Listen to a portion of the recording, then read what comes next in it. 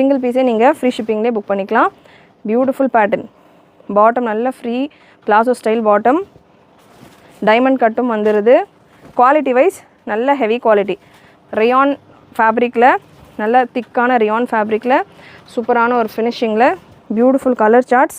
Size 4XL and 5XL available. 48, 50. Again 3XL இருக்கிறவங்க கூட தாராளமாக 4XL புக் பண்ணிக்கலாம். பிரிண்ட் ஃபேப்ரிக் எல்லாம் செம்மையாக இருக்குது.